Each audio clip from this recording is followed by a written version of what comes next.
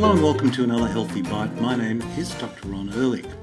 Now, this week's episode I spoke to science writer Dr. Todd Penberthy, and we covered quite a range of topics. I mean, Todd is very passionate about his science. He's had some amazing mentors in his life. I've had the pleasure of connecting with him through my association with the Orthomolecular News Service. Now, the Orthomolecular News Service is definitely a resource you should have a look at, because it has, I think, over 15 or 20 years of some brilliant articles written by some brilliant people about how the body works, how it goes wrong, and how to fix it. Yes, how to fix it, not just manage it, but how to fix it. Which gets to the very point of many of the subjects we've covered in these last particularly few months, and that is the importance of biochemistry. Now, I'm kind of constantly coming back to this for you, and like many health practitioners, they just couldn't wait, and I was one of those health practitioners, couldn't wait to pass biochemistry in my early undergraduate years in second year. And physiology, I just get those subjects out of the way before I could get onto something really important, like studying pathology or learning how to fix things or manage them anyway. And certainly we studied pharmacology as well, and that was a major focus. Pathology, disease, and pharmacology, how to manage disease. Very important. However, biochemistry is arguably even more important. But Todd is a science writer, and I take the opportunity to do a little bit of a review of what randomized, double-blind, randomized controlled trials are. They are the gold standard, and they've become that because the pharmaceutical industry they test their drugs by using a double-blind randomized controlled trial, and basically it means when the patient and the doctor doesn't know whether they're giving a drug or a sugar pill or some useless, very ordinary placebo. So it's interesting that that is the gold standard. That's a very good model, if you like, for testing a drug against a sugar pill, but it's not a very good way of testing what goes on in the human body, because biochemistry is about millions, if not trillions, of biochemical processes that go round and round, and we talked about this with Olivia Lessler, we've talked about this with many of our guests, but it's a complex issue. And it's not surprising that many doctors couldn't wait to forget about it, but that doesn't make it any less important. And it's also not surprising why so many doctors reach for the prescription pad, because that's a hell of a lot easier, the reductionist model. Show me a disease and I'll show you a pharmaceutical product to manage that disease. So we talk about that. Another issue we talk about is one that has really surprised me during this pandemic. And it's surprised me on so many different levels, because we have so many so-called experts, and you'll notice that I often refer to them as so-called experts because really, I think one of the things this pandemic has highlighted is this is a way we manage chronic disease in our society. A very reductionist model: show me the disease and I'll show you the medication to manage it. And when you talk about chronic diseases which have a very long timeline, like cardiovascular disease or cancer or autoimmune conditions or diabetes or obesity that could go on for 5, 10, 15, 20 or 30 years, it's very easy to appear to be an expert when what you're talking about is the latest and greatest medication that's come out. But it's a little less impressive when one realises that very little is spoken of in terms of how to cure these problems. And lip service is played to lifestyle. It's all about lifestyle, diet and exercise. Just get on and eat properly and exercise and you'll be right. Well, there's a lot more nuance to it than that, and some of our public health messages have been found wanting because, again, of the influence of the food and chemical industry on so many public health issues. Please reference my podcast and go and listen to it on YouTube, The Elephant in the Room, where I talk about the industry influence. So one of the things that surprises me in this, as those so-called experts get up and talk, is they talk about the 95% efficacy of a vaccination. And that sounds very impressive. But what they don't tell you is there is a difference between a relative risk and an absolute risk. Let me give you an example. And one example might be, say, heart disease. You might have a 3 in 100 chance of, or say 2 in 100, let's make the maths easy. You might have a 2 in 100 chance of contracting a heart disease, but if you took a statin, that would reduce your risk from 2 in 100 to 1 in 100. The 2 in 100 and the 1 in 100 are the absolute risk, which when you look at it is rather slim. I mean, your chance of getting that particular disease is, say, 2 in 100, and if you took this medication, it's 1 in 100. So absolute risk is pretty low anyway, and it does reduce it slightly. But that is a 50% reduction. So I could say to you, if you take this drug, you've got a 50% less chance of getting heart disease. And that is a very different story than if I said, you know what, your chance of getting this disease is 2 in 100, and if you take this medication, which incidentally might have some side effects like liver function or muscular problems or nerve problems, myopathies or neuropathies, could affect your memory, but you could reduce your risk from 2 in 100 to 1 in 100, you might give a second thought to that. That is absolute risk. But if I said to you, hey, you could reduce your risk of heart disease by 50%, you'd say, give me that medication, I want it. Well, the same is true of vaccines. When you're talking about a 95% efficacy at reducing hospitalizations, you might, or death, you might think that's incredibly impressive. But I am 66 years old, and my chance of being hospitalised or dying is 0.4%. 0.4%, that is my absolute risk. And by taking a medication, a vaccine, it might reduce my risk to 0.2% or 0.1% or whatever. But it's a small difference in absolute terms, but it's a 95% difference in relative terms. Now, you will never hear any so-called expert talk to you about absolute risk. And what disturbs me about that is that relative risk is a marketing tool for the pharmaceutical industry, and absolute risk is a tool for informed individuals to make informed decisions. You can make your own mind up about that.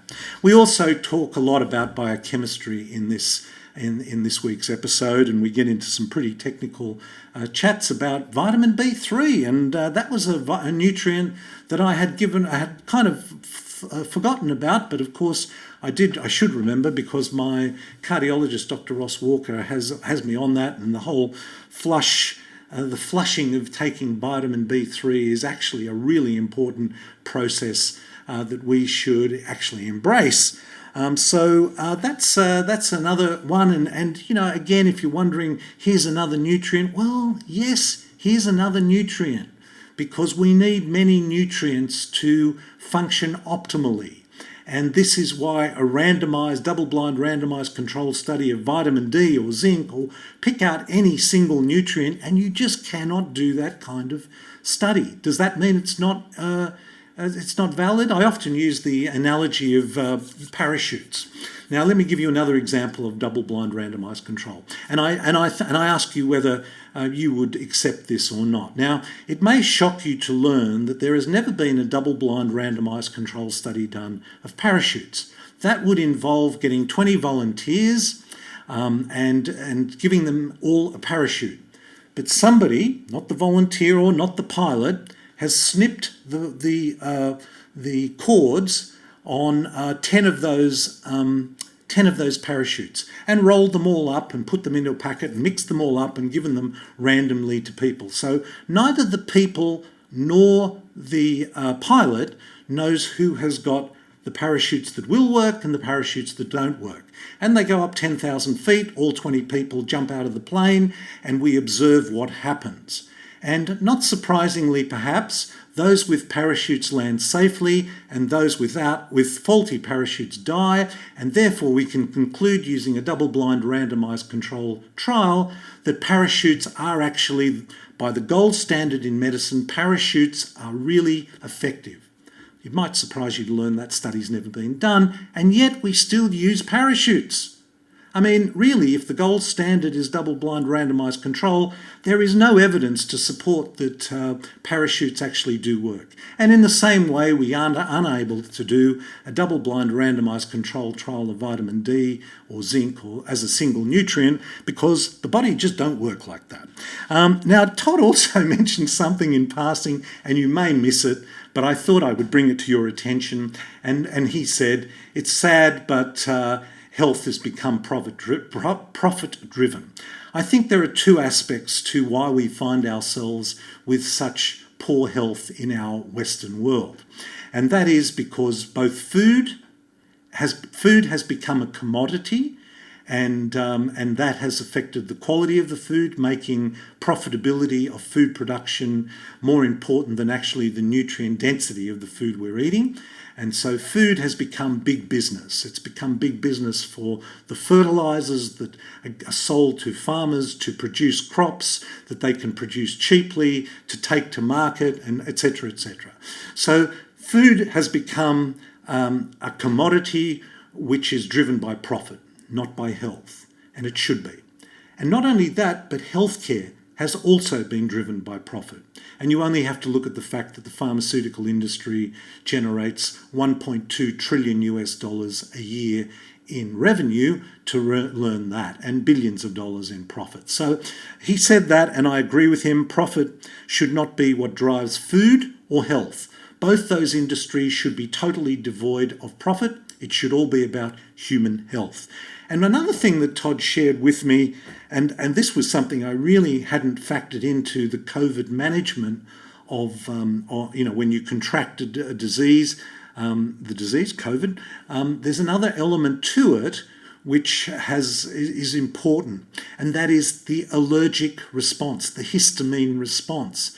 Now, you will not have heard this from the so-called experts, and this is about public health as relates to this pandemic, but there are many off-label drugs which have been found to be off-patent drugs which have been found to be useful in the treatment of COVID.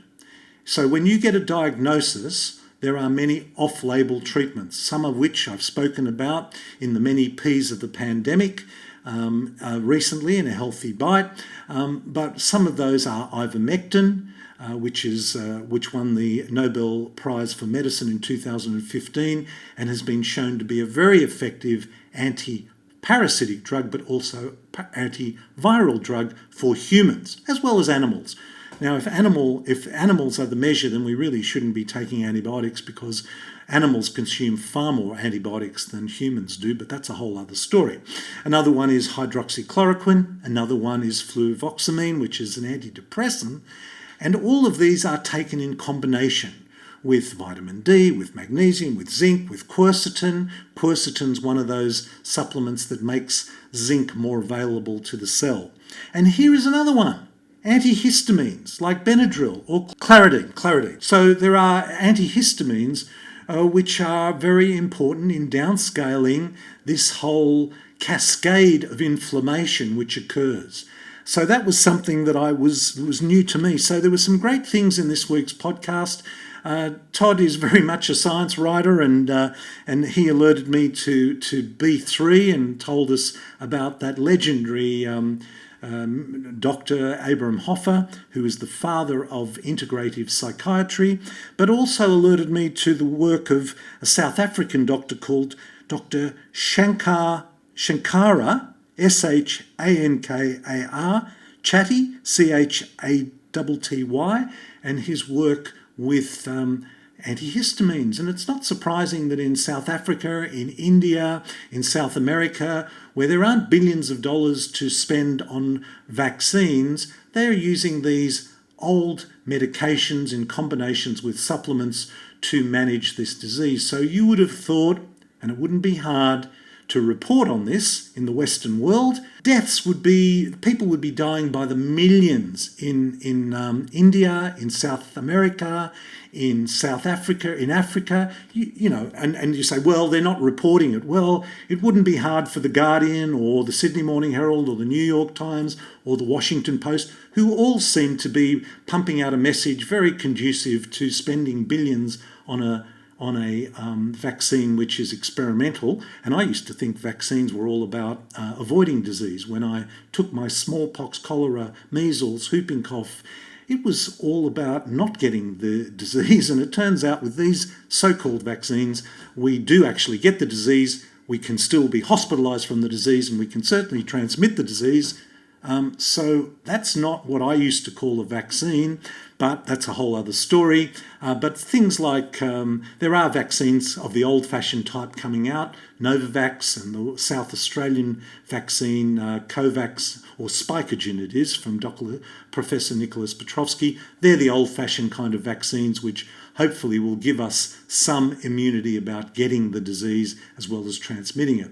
Anyway, I thought I would just alert you to this week's podcast with Todd Penberthy, and it was a really interesting talk. I hope this finds you well. Until next time, this is Dr. Ron Ehrlich. Be well. This podcast provides general information and discussion about medicine, health and related subjects. The content is not intended and should not be construed as medical advice or as a substitute for care by a qualified medical practitioner. If you or any other person has a medical concern, he or she should consult with an appropriately qualified medical practitioner. Guests who speak in this podcast express their own opinions, experiences and conclusions.